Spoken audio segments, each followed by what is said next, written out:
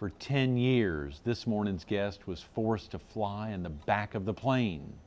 But it wasn't Coach. He was flying on Air Force One. Who is he? You'll meet him coming up next on All American People.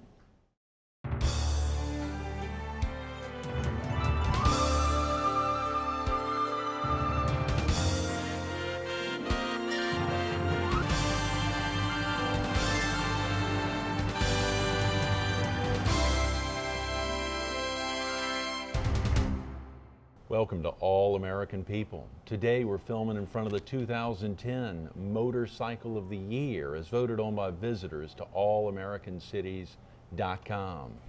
We're focused on being a White House correspondent, and we're visiting with longtime reporter and anchorman Steve Porter. Yeah. Good morning, Hey, Steve. nice to be here. I hadn't noticed before I started prepping for the interview this morning that Porter is part of Reporter. Did that ever set the stage for you to get into the business? It didn't set the stage, but I've been kidded about it, and there have been many puns made about it. So, but that's why the column in the paper kind of is also alliteration, Porter's Point. Yes, So, yes. But yes, Reporter has been adjusted a few times, you might say, by critics and friends. I bet over the years. That's hilarious. Yeah. So it did not factor in at all when you were a youngster saying, hey, I've got it, I want to be a reporter. No.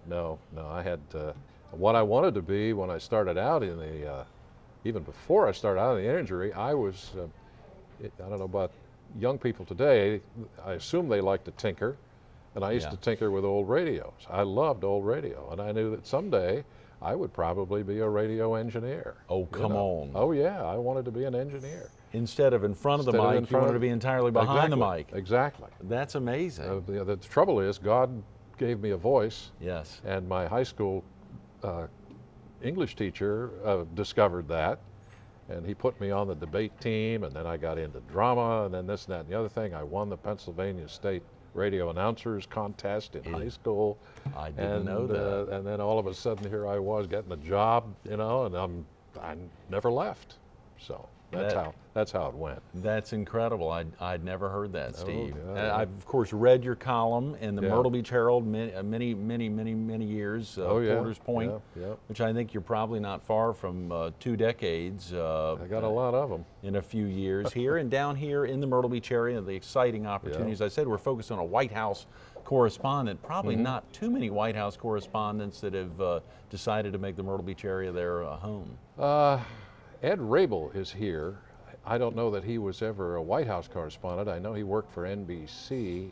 John Dancy is up in Holden Beach. Holden Beach. Right, in Brunswick County. And I have some old high school friends around, but those are the only. And I think I'm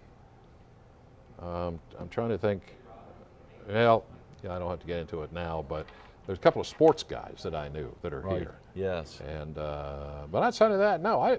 When I left the Associated Press to come here, I got a card from everybody in the place. They all signed it, and one guy wrote at the bottom of the thing, "Have a good time in Turtle Beach, Florida."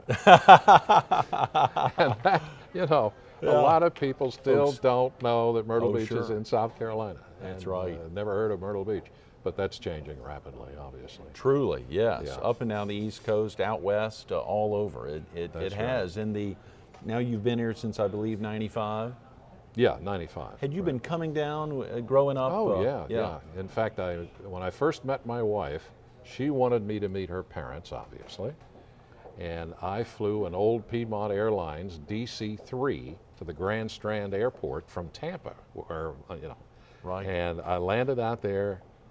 We met her parents, and I stayed with them for about a week in one of those houses that used to be on the waterfront up in Windy Hill. Right. So I saw Myrtle Beach at that time, and even though it seemed like a sleepy little wonderful beach town, I just had it in my bones that this place was going to be something big someday.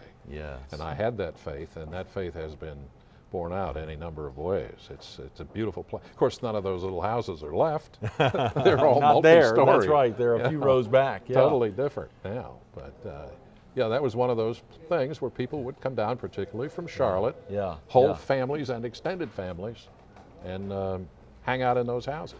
Now, like Mickey Spillane, who said when there was a time where he would fly over Murrells Inlet, and he determined at a very early age, I'm going to make that my home. I'm going to retire there. Did you feel that way about Myrtle? Absolutely. Yeah. In fact, we started looking, my late wife and I started looking for property to build a house in North Myrtle Beach, because we knew North Myrtle Beach better than we did Myrtle Beach. Myrtle Beach was the big classy place with the fancy ocean forest. The ocean forest, yeah. No, but that was the fun place up there, and so we started looking for a lot up there, and I think Tillman Estates, is that what that's called up there? Yeah, that it is. We were going to build a Spanish-style house there, and they started building Maison Sommeil, which is the big skyrise. Right. And I went down there and looked at that and actually went up in it and talked to the contractor and saw what kind of quality work they were doing. Right. And I just thought, well, if I'm going to spend this amount of money on a house, why don't I just spend it on this thing? So we decided then to buy there, and we've had it ever since. That's amazing. Something I didn't know. I love it, Steve, to think that there's an opportunity to get you on behind the camera here. Yeah. Well, it's and great. To know we get something out of you. Hopefully we can get a few more out of you. Our director had said we've got to get into Air Force One, and and I think I thought Air Force One was a plane. No, let me explain that just a little bit. Of course, when I was at White House, I joined the White House press corps in 1982 or 83, somewhere in there, and I was there for over 10 years. The one thing that a reporter like me, I was what's called the chief White House correspondent for the NBC radio network, but I also did a lot of TV work.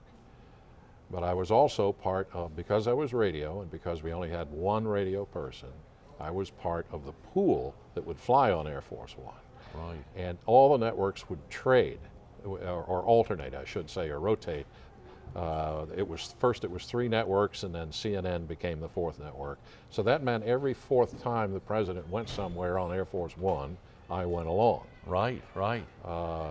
And the, let's see, if I was a 10-year period, I wouldn't even know how to count the many times. Of course, that started out with the old 707, because there's always 2 Air Force One aircraft. Oh, really? Okay. Yeah, they're there's both. 2. There's always. They're Air Force aircraft is what they are. Right.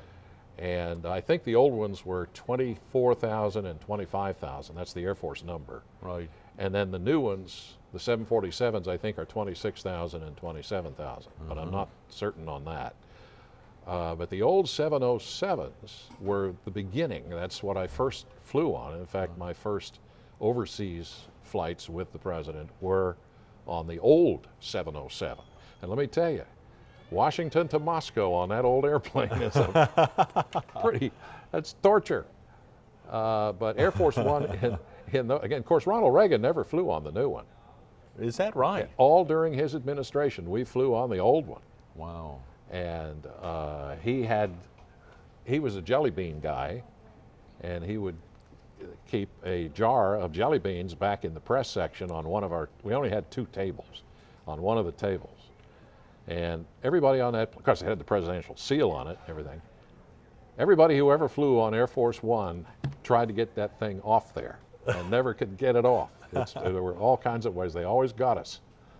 But it was always full of jelly beans because that was his thing. Right. And then when George W. came along, his very first flight as a president was on the new Air Force One, the 747. Right. So Reagan left Washington on the day of Bush's inauguration on the old Air Force One, and it never came back, you know. Incredible. Yeah, so I was on the back end with the press most of the time during those things, because we had our own section on the old 707. It was almost a mixture with some of the staff because it was a small airplane. Right. Even though you think of the 747 as a 400, compared to the 707.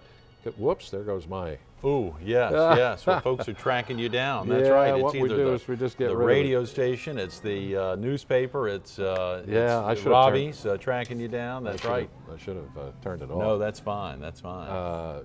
But the old Air Force One, what I used to call the Kennedy plane, because that's the plane that he was in when they brought him back from being shot in Dallas.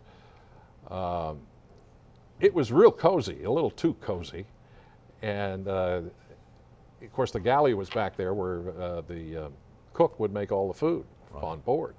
So we had the first shot at that. And the president would come back and see us because it was just an easy little thing. Everybody was very informal. Later on, I flew on that airplane. It was like I couldn't get rid of it. When they put the new 747 out there for the president, I flew on that. Right. But I was also at that point assigned to the State Department. Right. And Baker got the hand-me-down. Right. He got the hand-me-down airplane. So here I was back on that old 707. And it used to be hot as Hades in the back end where we were. Yeah. And it would be cold as ice in the front end. So Jim Baker would dress in a really warm-up suit up there, you know. Right. And while we're in the back, but stripped down because it's so hot. And the great thing, though, about traveling on Air Force One was the fact that there was that camaraderie with the White House staff. Yes. And you had that because they would come back and we'd see them. Sure. More so on the old 707 than on the new 747 because the Secret Service was between us and the staff on the new 747. Oh, wow. So it wasn't like, hey, how you doing, guy, up the aisle or something like that. You know, it was a totally different atmosphere. But even in both cases, the president would come back and commiserate with us and say things, and a lot of times you couldn't report it. I was about to say there are probably quite a few instances where you had to either turn off the mic or put the pen rules. down. There were rules. Even when you were out at the president's home or someplace like that, those things were considered off limits. Even Christmas parties and things like that at the White House. Right. That was always considered off limits for publication unless you received specific approval. Having been a White House correspondent, are there some instances, let's say in the last 5, 10 years, where you think someone reporting possibly crossed the line into things that should have remained? Yeah, and even now I cross the line because once the president's out of office, then I feel free to say some of the things that happened. Right. Back in those days, people did cross the line, and it used to make us a little angry. But most good reporters who make it to the White House or make it to the State Department, they know what the rules are and they respect it. Yeah. But now I pretty much tell some of the things that happened. I think